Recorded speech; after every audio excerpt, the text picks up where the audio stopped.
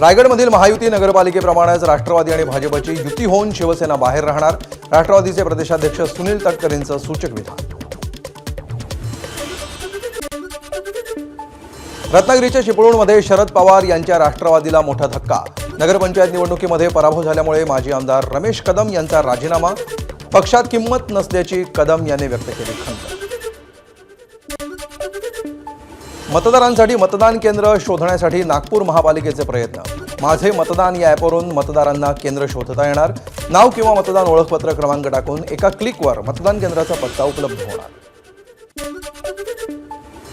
Social मीडियावरून छुपा प्रचार करणाऱ्यांवर निवडणूक आयोगाची करडी नजर. मुदत संपल्यानंतर जर कोणी प्रचार करत असेल तर त्यांच्यावर कारवाई केली जाणार.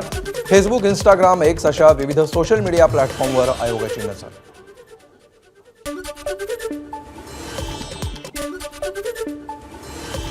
नवी मुंबईतील खारघरमधील सेक्टर 20 मध्ये पैशांनी भरलेल्या बॅगा सापडल्यामुळे खळबळ.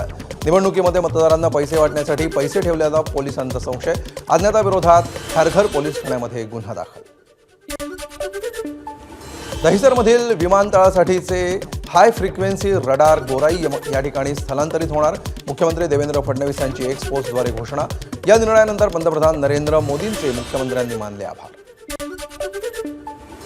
कोल्हापूरच्या कागल तालुक्यामध्ये शिक्षकी पेशाला काळीमा फासणारी धक्कादायक घटना समोर. एका आश्रमशाळेतल्या मुख्याध्यापकाकडून अल्पवयीन विद्यार्थिनीवर 2 वेळा अत्याचार.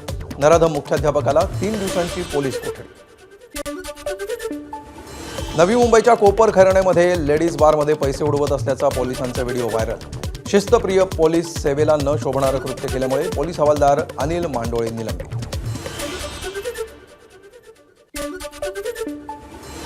पालघरमध्ये मकर संक्रांतीनिमित्त वाहतूक पोलिसांचा अनोखा उपक्रम.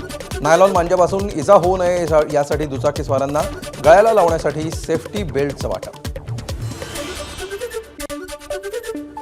जेजुरीच्या खंडोबा मंदिरामध्ये मकर संक्रांत मोठ्या उत्साहात साजरी. मंदिरामधील मुख्य गाभाऱ्यात आकर्षक सजावट तर महिलांकडून मंदिर परिसरामध्ये वाण वाटत मकर संक्रांत साजरी. एबीपी माझा, उघडा डोळे बघा नीट.